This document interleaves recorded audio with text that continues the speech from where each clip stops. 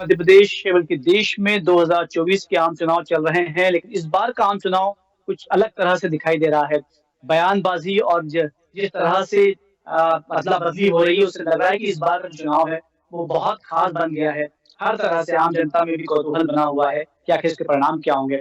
बहरहाल, कुछ घटनाएँ ऐसी हैं जिनका ज़िक्र करना बहुत ज़रूरी है और ख़ासतौर पर इंदौर की जो घटना हुई जिसमें कांग्रेस के प्रत्याशी अक्षय बम अ नामांकन वापसी के दिन भाजपा में आ गए, नामांकन वापस ले लिया और उसके बाद में कई तरह की बातें हुई और एक बहुत ताज़ा बयान वीडी शर्मा जी का आया है, भाजपा के वीडी शर्मा जो हैं, उनका बयान आया है कि जब कांग्रेस ने ये अपील की कि नोटा किया जाए और पोस्टर्स लगाए गए, ऑटो पर बैनर्स लगाए गए, उसके बाद में वीडी शर्मा जी ने कहा है कि अ, आपका ही जो सिक्का है वो खोटा है, हम पर दोष क्यों देते हैं? नोटा की बात करना गलत है।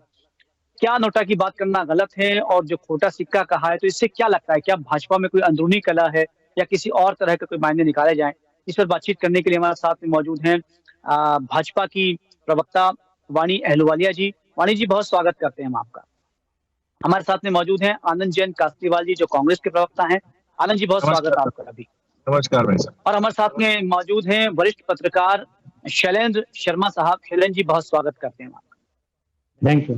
सबसे पहले वाणी जी, आप ही से शुरुआत करूँगा। वीडी शर्मा जी का जो बयान आया है, पहले ये हुआ कि जो बम है वो फुस्सी निकला है, ये जो है मालवा में जो कहा जाता है और आज का जो बयान है, वो ये कहता वो उसमें वीडी शर्मा कह रहे हैं कि आप ही का खोटा सिक्का है।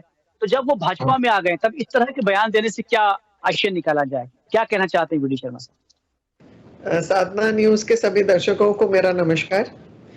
वीडी शर्मा हमारे मध्य प्रदेश के जो राज्य अध्यक्ष हैं, भाई साहब बहुत ही कुशल नेता हैं, बहुत अच्छा नेतृत्व किया है और हम देख चुके हैं विधानसभा के चुनाव में भी उन्होंने इस राज्य को विजय प्राप्त करवाई थी भाजपा के लिए।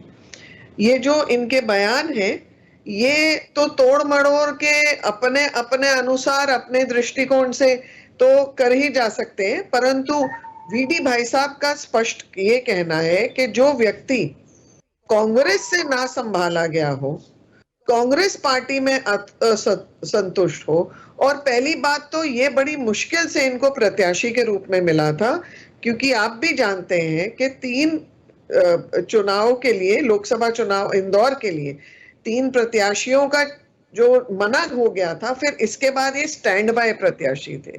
तो उसी संदर्भ में वीडी भाई साहब की भी टिप्पणी गई है।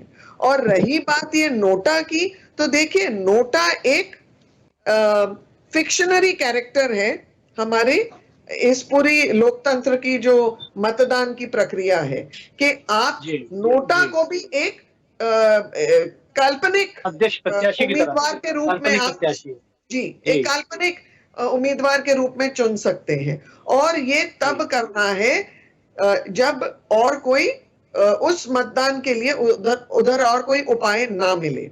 पर इसका जो दुरुपयोग है, ये राजनीतिक पार्टी जैसे कांग्रेस, ये लोगों को प्रेशराइज करके कि आप नोटा का बटन दबाइए। आज तक के इतिहास में हमने कभी किसी बड़े राजनीतिक दल को जो पूरे देश का नेतृत्व करता हो, कभी सुना था कि आप लोगों को इस तरीके की गैर जिम्मेदार सोच के लिए प्रोत्साहित कर सकते हैं? पिछले लोकसभा चुनाव में 1% वोट केवल गए थे नोटा में जी। तो ये एक कोई बहुत बड़ा आंकड़ा नहीं है। पर अगर एक कोई पार्टी अपनी निराशा हताशा के कारण नोटा का उपयोग लोगों को ये गलत जानकारी दे नोटा के लिए, तो ये मुझे लगता है लोकतंत्र के लिए इससे बड़ी दुर्भाग्यपूर्ण घटना क्या हो सकती है।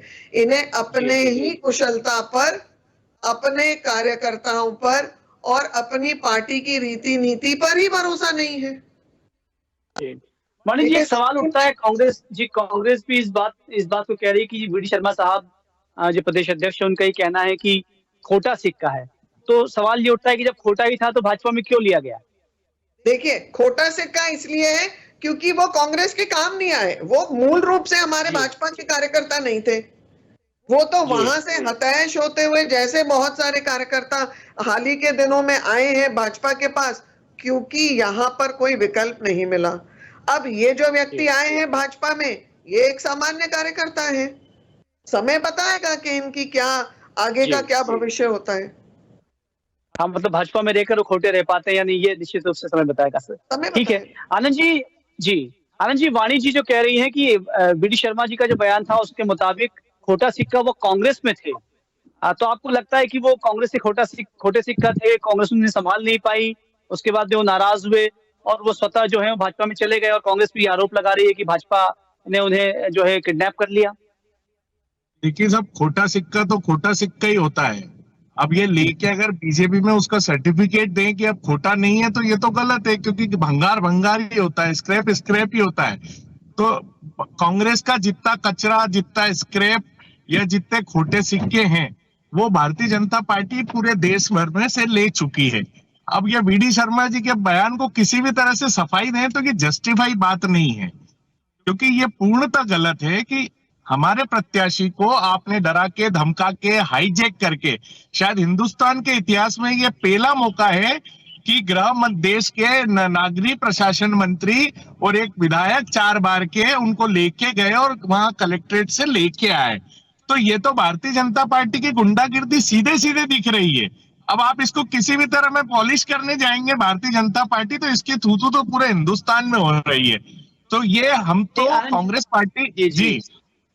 कांग्रेस आनंद जी पार्टी ये तो तो प्रजातंत्र अक्षय जी, जी। जी, पूरा कीजिए। जी, बताइए, बोलिए, बोलिए आप। कांग्रेस पार्टी तो प्रजातंत्र की रक्षा के लिए ये बात कर रही है कि आज आपने एक को हाईजैक किया है। पहले जैसे बूथ कैप्चरिंग होता था, प्रत्याशी कैप्चरिंग कर रहे हैं। तो क्या ये परंपरा अच्छी है? तो हम तो लोगों के बीच विपक्ष की भूमिका निभाते हुए सही बात को लोगों तक पहुंचा रहे हैं। पर भारतीय जनता पार्टी को इसकी इतनी घबराहट क्यों है, इतनी बेचैनी है, इतनी घबराहट क्यों है कि उनको आके यहाँ प्रेस कॉन्फ्रेंस करनी पड़ रही है और इसके बारे में हम कांग्रेस को दोषी दिया जा रहा है, जबकि सारा दोष भारतीय जनता पार्टी और भारतीय जनता पार्टी के नेताओं का है।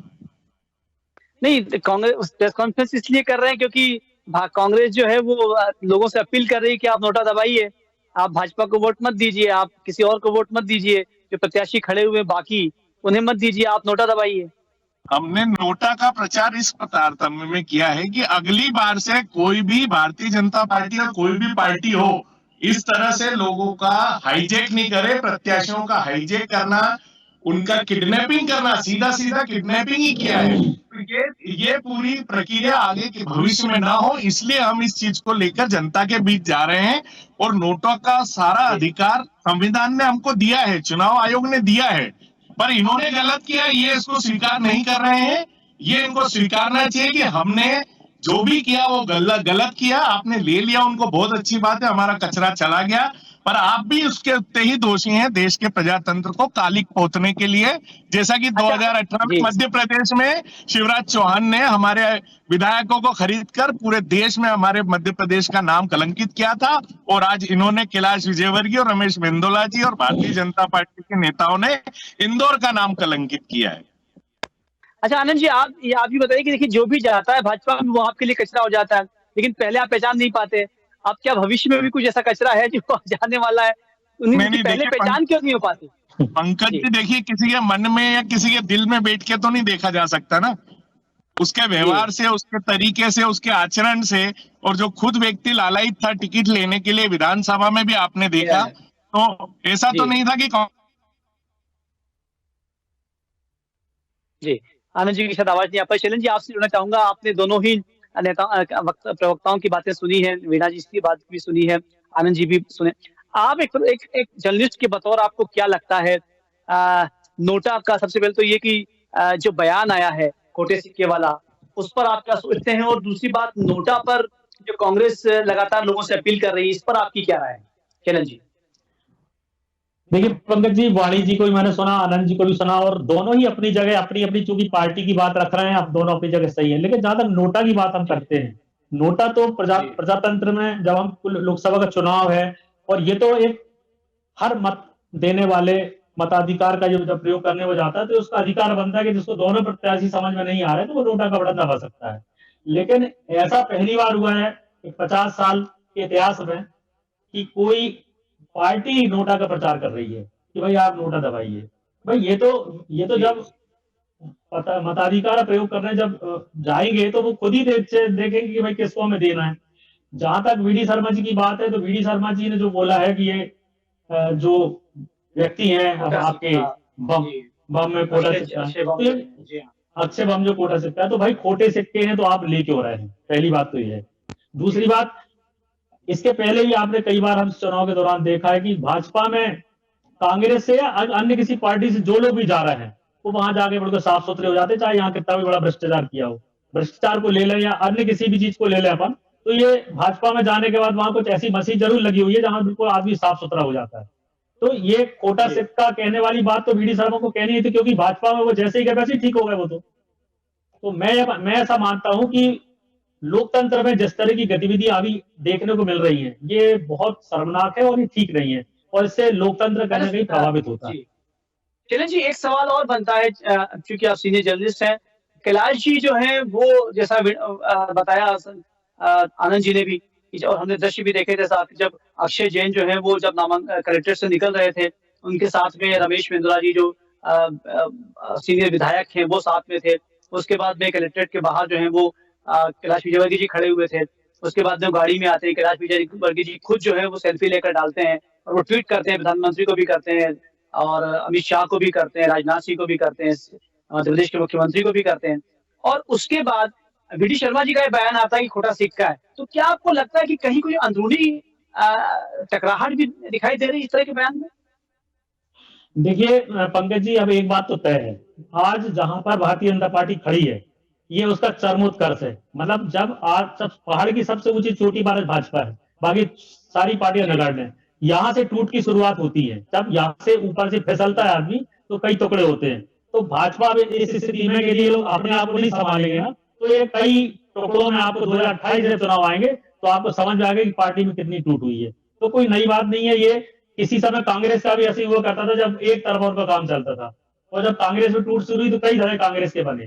तो ये सारे नेताओं के अहम में बड़े बड़े जिनके आप नाम ले रहे हैं वो अपने आप में बहुत बड़े नेता हैं, और इस तरह के मध्य प्रदेश नहीं पूरे भारत में जहां जहां भी बड़े नेता है, कहीं ना कहीं मोदी जी और शाह एक ऐसी जोड़ी हो रही है कि उसके सामने तो ये सारे नगण्य अपने आप को लगते हैं, लेकिन जब कभी भी मौका मिलेगा तो चूकेगा कोई भी नहीं। जी जी। तो ये सामने व्यवस्था तो सामने दिखती है। वीडी शर्मा जी हैं, आज प्रदेश के अध्यक्ष हैं। यदि वो कोई बात कह रहे हैं, यदि जिसको विजयवर्गीय जी गले लगा रहे हैं, यदि उसको ये खोटा सिक्का कह रहे हैं, तो आप क्या मानेंगे? तो सामने दिखता है।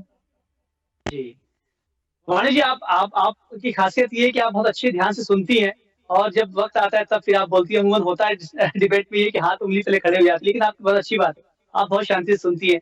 इस वक्त जो आप सुन रही थी, जो बात हमने कही, जो शैलेंद्र जी भी कह रहे हैं कि एक तरफ जो है वो कैलाश जी उन्हें लेकर आते हैं, और ये बताया जाता है या ये सामने भी आता है कि कैलाश जी की ने जो है कॉलर ऊंची हुई है उनकी संगठन के सामने, और उसको जो है वीडी शर्मा साहब खोटा सिक्का कह देते हैं। तो आपको लगता है कि कहीं दो चीजें अलग अलग बातें निकल कर आ रही है एक ही पार्टी से? नहीं, बिल्कुल नहीं। हम सिर्फ बात का बतंगड़ बना रहे हैं। दोनों बहुत कर्मठ और बहुत बड़े नेता हैं। भारतीय जनता पार्टी के दो बहुत यशस्वी और विश्वास वाले नेता हैं, चेहरे हैं, और इन्होंने भारतीय जनता पार्टी मध्य प्रदेश में बहुत अहम भूमिका निभाई है और निभाते रहेंगे। तो दोनों का जो दृश्य है वो अपने अपने स्थान पर जस्टिफाइड है। जब बम को थोड़ी आत्मबल और थोड़ी सहायता की जरूरत थी, वहां कैलाश विजयवर्गीय ने उनका साथ दिया है, उनका मनोबल बढ़ा है। और रही बात हमारे यशस्वी प्रदेश अध्यक्ष की, तो उन्होंने जो एक प्रदेश अध्यक्ष की भूमिका है, उन्होंने कहा है कि वो वहां पर खोटा सिक्का था, मतलब वो आदमी अब साबित करेगा। पर मैं आपकी जो आपने मेरे को प्रश्न पूछा उससे जुड़ी हुई मेरी दो बातें तो कहनी है, जिसमें मैं आनंद जी के वक्तव्य को पूरा करना चाहती हूँ। बधाई देना चाहती हूँ कि पूरी जनता के सामने इन्होंने स्वीकारा है कि कांग्रेस पार्टी का लेन देन बूथ कैप्चरिंग के साथ था। साथ में एक बड़ा योगदान कैप्चरिंग तो आपने किए, कैसे की? आप बात को डिबेट पे डाइवर्ट क्यों करनी है? आप गलत सब्जेक्ट पे जा रही हैं। अरे आपकी संस्कृति तो आपकी है, आपने किडनैपिंग आपने किया है कांग्रेस का, आप फिर कांग्रेस के प्रत्याशी का किडनैपिंग किया है, बीजेपी का थोड़ी किया है। और उनको अपना दोष कांग्रेस पे क्यों डाल रहे हैं? बीजेपी का दोष आप कांग्रेस पे क्यों डाल रहे हैं? अच्छा, वाणी जी को पूरा कर लीजिए। यानी कि पहले कचरा लेते हैं, गलत बोल रहे हैं ना ये। लेते हैं उसको एक राजनीतिक चेहरा बनाते हैं, और फिर जब वो निकल जाए क्योंकि वो आपसे असंतुष्ट है तो वो कचरा हो गया। तो मानव मूल्यों की धज्जियां उड़ाना, इंसान को अब बिल्कुल पैरों तले उसकी छवि को रौंदना और अपने ही कार्यकर्ताओं का निर्माण ना करके उनको वहीं पे नष्ट करना, आज ये पूरे देश और समाज के सामने इनकी वास्तविकता सामने आ गई है। ये चीज हमने छिंदवाड़ा में देखी है, ये चीज हमने इंदौर में देखी है, ये चीज हमने छत्तीसगढ़ में देखी है, ये चीज हमने दिल्ली में देखी है, राजस्थान में देखी है, हमने साउथ में देखी है। तो पूरी भारतीय जनता पार्टी को आप दोष कैसे दे सकते हैं? आप तो पहले कांच के घर में रह रहे हैं, दूसरों पे पत्थर मत फेंकिए, पहले अपना घर तो संभालिए। आनंद जी कुछ बोलना चाह रहे थे, जी बताइए। चलिए वीडी शर्मा जी का बयान छोड़ दीजिए, सुमित्रा ताई का जो बयान था उस पे क्या कहना है वाणी जी का? वो भी गलत है, वो भी गलत है। सत्यनारायण जी सत्तन गलत है, जो इतने सीनियर नेता हैं, उसको क्या कहेंगी वाणी जी? वो भी गलत हो गया। आपके कार्यकर्ता, आपकी 7 बार की सांसद इंदौर की, वो गलत बयान दे रही हैं। आपकी पार्टी के सत्यनारायण सत्तन गलत बयान दे रहे हैं, और आपके लिए वीडी शर्मा जी गलत बयान दे रहे हैं, और कैलाश जी, रमेश जी आपके यशस्वी नेता हो गए जो खुलेआम कैप्चरिंग करके फोटो डाल रहे हैं वीडियो पे। तो आप बताइए कि इससे बदतर स्थिति देश की, संविधान की क्या होगी? सीधा सीधा आनंद जी सवाल, आनंद जी आपसे मैं एक सवाल करना चाहती हूँ। आप जो मेरे को टोक रहे हैं, तो आप मेरे को ये बताइए आपके किस टाइप के नेता हैं जो मातृशक्ति, संविधान, सबकी धज्जियां उड़ाते हैं? जिट्टू पटवारी जी हाल ही में क्या बोले थे? रस खत्म हो गया है। अरे पहले अपने गरिमान में तो झांकिए साहब। अरे अभी संविधान की बात चल रही है, आप महिलाओं पे कहाँ गए? आप सब्जेक्ट की बात करिए ना। अभी आप किसी सब्जेक्ट में आपके पास जवाब नहीं है, वहां उस सब्जेक्ट के पास आपके पास जवाब नहीं है। है ना, उसका भी जब पंकज जी हमको बुलाएंगे तब उसका जवाब देंगे। अभी जो सब्जेक्ट है उसका जवाब देंगे हम। हर बार हर चीज का जवाब देने के लिए हम बाध्य थोड़ी हैं। एक्चुअली जवाब आपके पास, आपके नेतृत्व में खत्म हो गए हैं। अगर जवाब होते तो कांग्रेस पार्टी की आज की ये दुर्दशा नहीं होती। बैसाखी पर 232 सीटों पे लड़ रही है और ख्वाब देख रही है पूरा। मतलब इसका तो उदाहरण ऐसे होता है कि जैसे हमने परीक्षा पूरी दी नहीं, 10 में से 5 पेपर दिए और हम जाकर बोलते हैं प्रिंसिपल को कि हमको तो भैया डिस्टिंक्शन मिलना है सब सब्जेक्ट्स में 10 में। तो हम तो अप्रूवल है, हम तो पास ही हमेशा देश की सेवा करते हैं, खुले भाव से करते हैं, खुले मन से करते हैं। अच्छा वाणी जी, एक सवाल जो है, मैं जितनी डिबेट हो रही लगातार, इसकी मेरा बहुत निजी सवाल भी हो गया है, तो मैं सभी से पूछता हूँ और खासतौर पर भाजपा प्रवक्ता जरूर पूछता हूँ कि इस वक्त इंदौर में जो स्थिति है, लगभग 8 से 10 लाख वोट हर बार कांग्रेस को मिलते हैं हारने के बावजूद भी। अब जब वो कांग्रेस खत्म हो गई है, सिर्फ भाजपा है और बाकी जो छोटे मोटे जो लोग हैं वो है निर्दलीय हैं, तो जो कांग्रेस के जो मतदाता हैं वो क्या करेंगे? मतलब कांग्रेस तो कह रही है कि भैया फिर नोटा पर डालिए, लेकिन आपको लगता है कि बहुत निजी सवाल भी है, मुझे लगता है कि आप इसका जवाब देंगी, वो लोग क्या करें कांग्रेस के जो लोग हैं? सबसे पहले तो हम ये समझे कि इतनी मानसिक गरीबी, जिसमें एक इतना बड़ा राष्ट्रीय दल जाकर लोगों को ये आह्वान करता है कि आप नोटा दबाइए, इससे बड़ी मानसिक गरीबी का स्तर हो सकता है क्या? ये दुर्भाग्य है हमारा। और रही बात भाजपा की, तो निश्चिंत है, पहले भी जीतना था। जीत तक निश्चित है, जीतना तो पहले भी था, कल भी था, आज भी है और कल भी है। तो इतनी ओछे स्तर पर गिरने की तो आवश्यकता ही नहीं थी जी। ये तो आपको सब स्पष्ट हो रहा है ना, जो मेंटल वैकेंसी है, वैक्यूम है। कांग्रेस नहीं, की वाणी जी मेरा आपसे सवाल ये है कि वो जो कांग्रेस के पक्ष के जो लोग हैं, जो मुझे मतदाता हैं, किसी को वो भी क्या वोट करें? देंगे। तो आप नहीं क्या संदेश देना चाहेंगे आप प्रवक्ता के बतौर उन्हें, वो क्या करें? मैं क्या वो प्रवक्ता वोट के नहीं बतौर दें? मैं तो पूरे जनमानस को जो वोट देने जा रहा है अब 13 तारीख को, यही आह्वान करूंगी कि देश के हित में, राष्ट्र के जी। हित में, विकास के हित में अपना योगदान जरूर दीजिए, क्योंकि मत देना नेशनल डेमोक्रेसी में हमारा वोट का उपयोग होना उतना ही जरूरी है जितना प्राणवायु है हमारे जीवन के लिए। बिल्कुल, अच्छी बात कही आप। शैलन जी क्या लगता है, यही सवाल आपसे भी है, क्योंकि आप जर्नलिस्ट के बतौर से बता सकते हैं कि वो जो मतदाता जो कांग्रेस के पक्ष के रहे थे, अब चूंकि कांग्रेस नहीं है, तो वो क्या करने वाला है? उसके मन में क्या चल रहा होगा? उसका चिंतन क्या होगा? और वो 13 तारीख को क्या करेगा इंदौर में? किसे वोट देगा? जी तो पंकज जी आप बहुत अच्छा सवाल है आपका, क्योंकि यदि देखा जाए तो इंदौर की जनता के साथ कहीं ना कहीं छल हुआ है। छल ऐसा हुआ है कि उसका जो प्रत्याशी, आज जो आपने बताया कि लगभग 10 लाख वोट कांग्रेस को मिलते हैं, वो 10 लाख वोटर जो है वो तो असमंजस की स्थिति में है, क्योंकि नोटा तो उनके लिए कोई ऑप्शन है नहीं है, और जो दूसरे कैंडिडेट खड़े हुए हैं वो भाजपा में तो जाएंगे नहीं, वो कहीं और जाएंगे।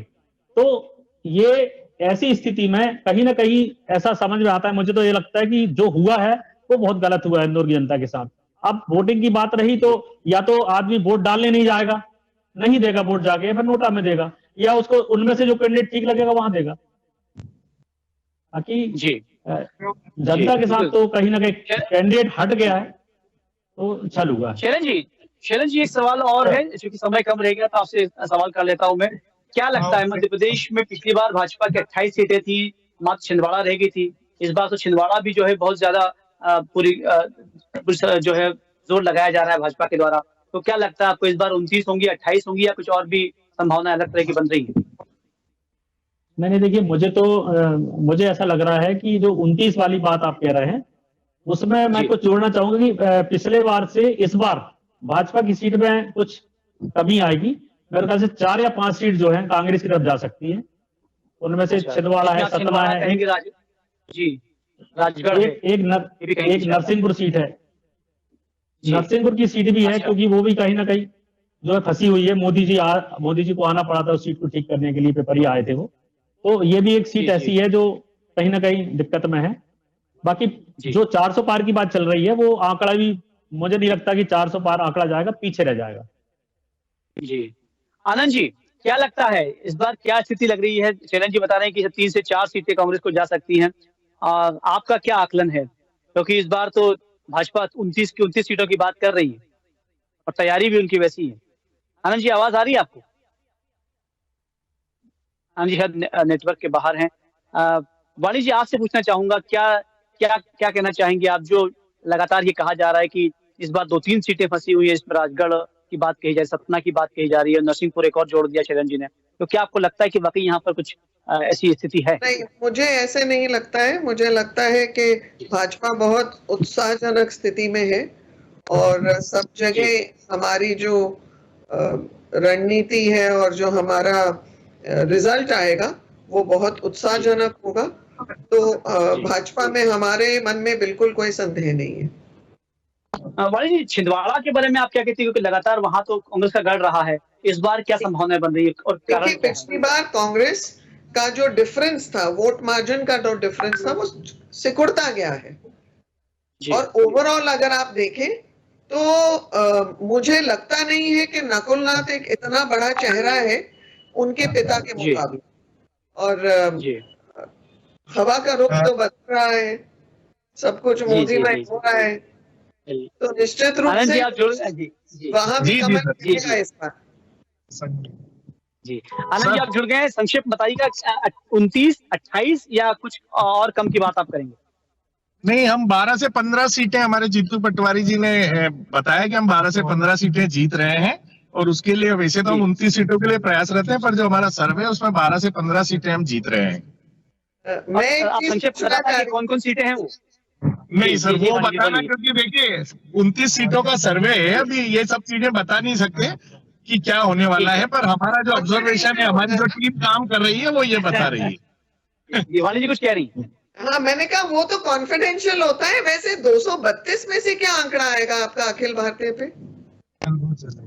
पहले आप आपके 400 पार की चिंता कीजिए, इसमें अभी हालत खराब है। नहीं, आप हमसे मत पूछिए, उसके लिए पंकज जी अधिकृत है, आप मत पूछिए। पूछ रही हूँ। नहीं, आप जो 400 पार की बात कर रहे थे वो तो खत्म ही हो गई है। पंकज जी अधिकृत है, आप थोड़ी अधिकृत है हमसे पूछने के लिए। नहीं, ऐसा नहीं है। चलिए आनंद जी और शरण जी और वाणी जी, आपसे बातचीत हुई और मसला यही है कि आप 400 की बात कर रही हैं और वो कह रहे हैं 10 से 15 सीटें जो मध्य प्रदेश में आएंगी। बहरहाल 4 जून को ये तय होगा कि असल बात क्या थी, मतदाता के मन में क्या था और वो पिटारे से निकालकर क्या लेकर आया। तब तक हमें इंतजार करना होगा। बहुत सारा धन्यवाद। आप देखते रहिए साधना न्यूज़ मध्य प्रदेश। नमस्कार।